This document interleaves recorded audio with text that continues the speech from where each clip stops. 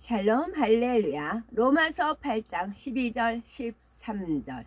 그러므로 형제들아 우리가 빚진 자로 내 육신에게 져서 육신대로 살 것이 아니니라. 너희가 육신대로 살면 반드시 죽을 것이로되 영으로서 몸의 행실을 죽이면 살리니. 아멘. 사람이 다스려야 할 몸의 행실 9번째, 입입니다. 사람이 다스려야 할 몸의 행실 중 자신은 물론이요 상대를 힘들게 하는 부정적이고 무익한 말들에 대하여 거짓말을 중심으로 살펴보겠습니다. 말 한마디로 전량 빛을 갚는다.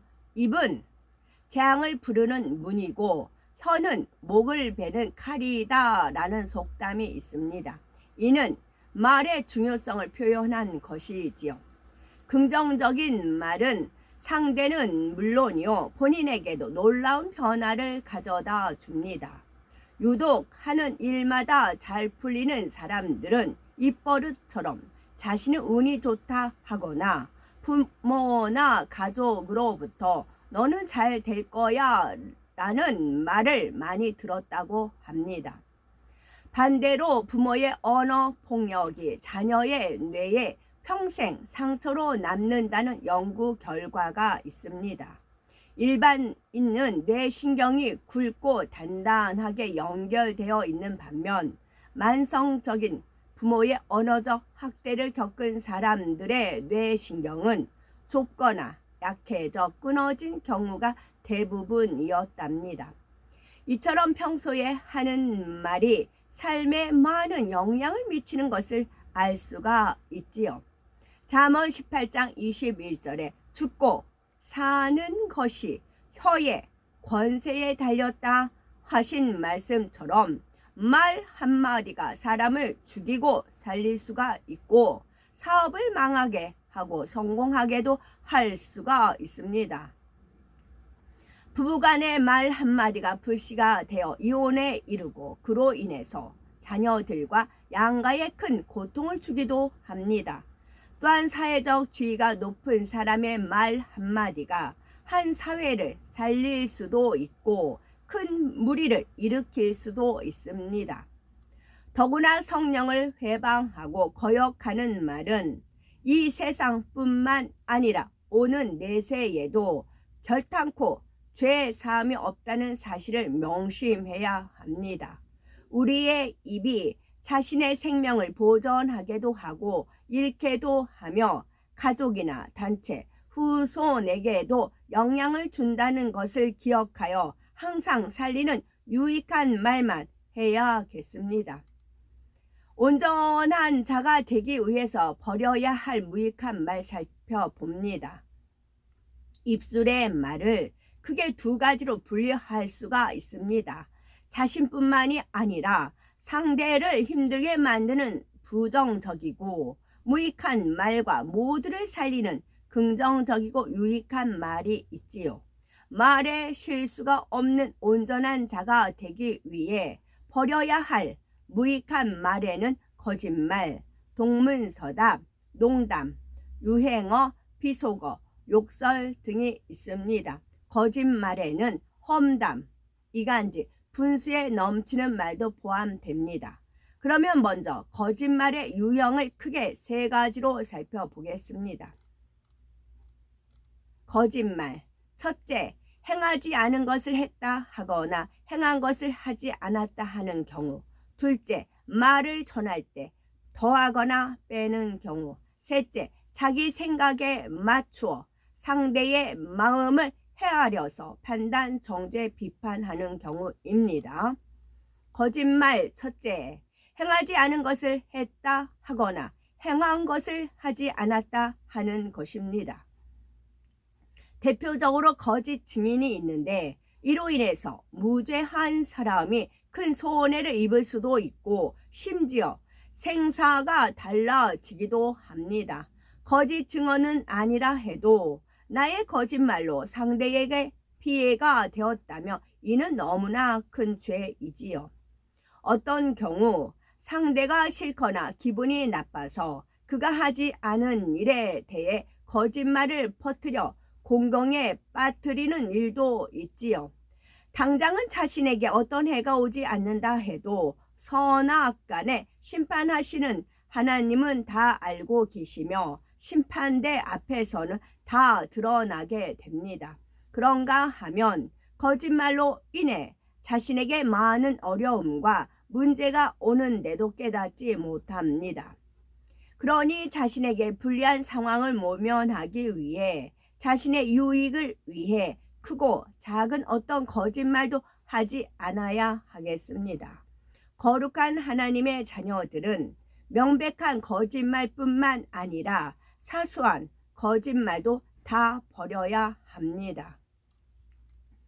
간혹 욕심이나 상대를 해치려는 악한 마음에서가 아니라 상대를 위하는 마음에서 하얀 거짓말을 하기도 합니다. 예를 들면 상대가 자신에게 마음 쓰지 않게 하려고 식사하지 않았는데도 먹었습니다 라고 하는 경우이지요. 자기 유익을 구하는 것이 아닌 선한 의도로 했을 때는 하나님께서도 거짓말이라고 정죄하시지 않지만 이럴 때에도 솔직히 말하는 것이 더 좋습니다. 둘째는 말을 전할 때 더하거나 빼는 것입니다. 자신의 생각과 자신의 느낌으로 말을 더하거나 빼기도 하고 과장하거나 축소하여 엉뚱하게 말하는 경우이지요. 예를 들어 내가 좋아하는 반찬이 조금 남아있는 것을 보고 다 먹어버렸다, 하나도 안 남았다 라고 말합니다. 또는 모임 중에 두세 사람의 의견을 마치 모두가 그렇게 말하더라 라고 전하지요. 자기의 유익이나 의견을 강하게 주장하기 위해 과장하는 것입니다. 말을 전할 때에도 주의해야 합니다. 녹음기처럼 똑같이 전달하기는 어렵지만 최대한 말한 사람의 의도를 정확하게 전달하고자 해야 하지요. 말투, 목소리의 크기, 표정에 따라 내용이 달라질 수 있기 때문입니다. 또 말을 전할 때는 이간질이 될 수 있음도 주의해야 합니다. 전한 사람은 악의가 아니었다 하겠지만 경솔하게 전한 말이 사람 사이를 멀어지게 만들 수도 있습니다.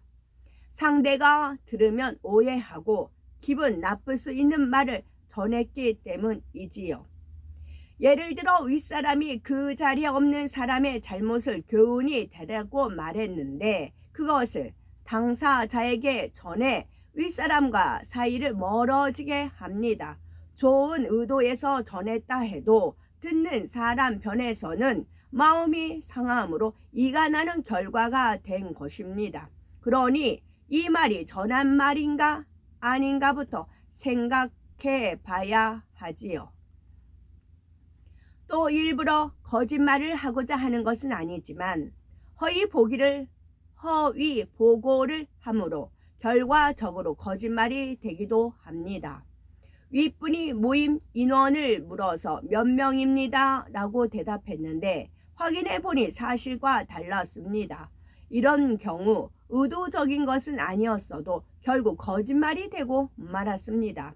이럴 때는 정확히는 알지 못하지만 대략 몇 명쯤 될 것 같습니다 라고 표현해야 진실한 대답입니다. 그리고 확인하여 정확한 답을 한다면 진실한 사람이 되지요. 물론 이러한 일은 사소한 것일 수도 있고 나쁜 마음으로 남을 해치려고 거짓말한 것도 아닙니다.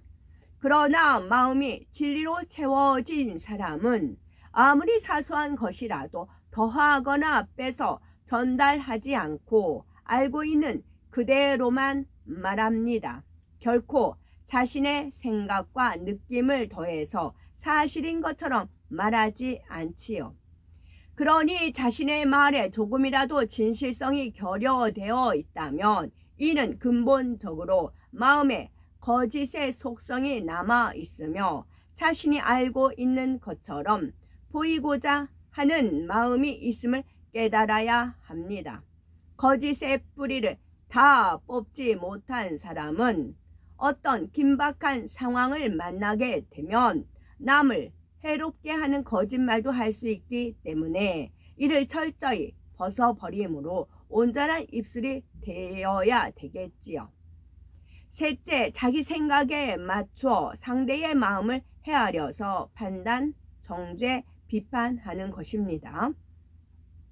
사람들은 남의 표정이나 행동을 보거나 말을 들을 때 자신의 느낌과 자신의 생각에 맞춰 그의 마음이나 의도를 판단하는 경우가 많습니다. 그러나 아무리 눈치가 빠른 사람도 서로 사랑하고 친한 사이라 해도 상대의 마음을 다 헤아리기는 어렵습니다. 상대는 전혀 그런 마음이 아닌데 자신의 판단으로 사실이 아닌 말을 전한다면 이 또한 거짓말이 되는 것입니다.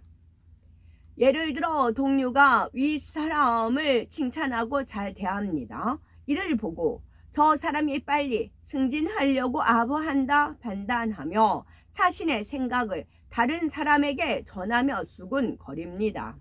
상대는 그냥 잘하는 것인데 판단과 함께 거짓말한 것이지요. 그런가 하면 저 사람이 나를 미워한다 오해하고 판단하여 주변 사람에게 전합니다. 이렇게 판단과 거짓말이 비방으로 발전되기도 하고 이로써 듣는 사람도 함께 상대방에 대해 판단하며 선입견을 갖게 만들지요. 판단 정죄는 자기 혼자 생각으로 할 수도 있지만 대부분 그 생각을 말로 내어 다른 사람에게 전함으로 비방과 비판이 됩니다. 이는 큰 악이요 죄가 됨을 알아야 합니다. 야고보서 4장 11에서 12절에 형제들아 피차에 비방하지 말라. 형제를 비방하는 자나 형제를 판단하는 자는 곧 율법을 비방하고 율법을 판단하는 것이라. 네가 만일 율법을 판단하면 율법의 준행자가 아니요 재판자로다. 입법자와 재판자는 오직 하나이시니 능히 구원하시기도 하시며 멸하기도 하시느니라. 너는 누구간데 이웃을 판단하느냐라고 엄히 말씀했습니다. 판단에 대해 한 가지 더 생각해 볼 것은 사람이 결탄코 하나님의 말씀을 판단해서는 안 된다는 것입니다. 형제를 판단하는 말도 큰 악인데 하나님을 내 생각에 맞추어서 헤아려 판단 정죄하는 것은 비교할 수 없는 큰 죄이지요. 특히 시험, 환난이나 어려움이 왔을 때 하나님께 대해 불평, 원망하지는 않았는지 찾아서 회개해야 합니다. 그래야 문제가 해결되지요. 기도했는데 원하는 대로 응답되지 않았다고 하나님은 너무하신다, 나를 사랑하지 않으시는가 봐 하는 등 불손한 말은 절대 없어야 합니다. 또한 하나님의 권능이나 권능을 행하는 사람에 대해서 판단 정죄하면 본인에게 화가 임한다는 것도 알아야 하겠고요.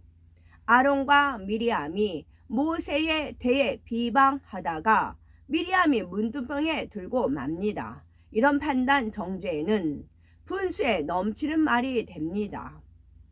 분수에 넘치는 말은 교만함에서 나오기 쉽습니다. 우리는 하나님의 일이 주어졌을 때 어떻게 나에게 이런 허들의 일을 맡기나 하고 불평하는 말이나 생각은 없었는지요? 아니면 어떠한 일이든 주어져서 너무 감사하다 하는 말과 마음을 가지셨는지요? 불평의 말, 감사치 못하는 말이 바로 분수에 넘치는 말임을 알아 범사에 하나님을 인정하며 감사의 말을 하는 복된 우리가 되어야 되겠지요. 농담, 유행어, 비속어, 욕설 살펴봅니다. 농담은 실없이 놀리거나 장난하는 말로서 사실을 부풀린 과장된 말과 이치에 맞지 않는 어탄한 말 등도 포함이 됩니다. 농담을 많이 하는 사람은 가벼워 보이고 신뢰가 가지 않으므로 비밀을 나누거나 중요한 일을 맡기기가 어렵습니다. 다음으로 세상의 유행어, 비속어를 사용하면 자신도 모르는 사이에 세상 풍조에 물들게 됩니다. 그러므로 악의가 담겨 있지 않은 유행어나 비속어라도 더 좋은 천국을 침노하는 우리라면 사용하지 않는 것이 좋습니다. 마지막으로 무익한 말의 욕설이 있는데 어린 학생들뿐만 아니라 성인들에 이르기까지 심각한 언어 폭력이 사회 문제로 대두되고 있지요. 악성 댓글로 공인뿐만 아니라 일반인들도 심각한 피해를 입고 심지어 자살하는 경우도 있지요. 욕설은 상대방에게 엄청난 상처를 줍니다. 어떤 욕이든 그 의미는 저주에 가까운 상처를 주는 말이라는 것을 알아 절대 하지 말아야 합니다. 잠언 13장 2절에서 3절에 사람의 입의 열매로 인하여 복록을 누리거니와 마음이 괴사한 자는 강포를 당하느니라. 입을 지키는 자는 그 생명을 보전하나 입술을 크게 벌리는 자에게는 멸망이 오느니라 하신 말씀을 기억하여 선하고 아름다운 말로 복되고 영화로운 삶을 영위하는 우리가 되어야 되겠습니다. 아멘.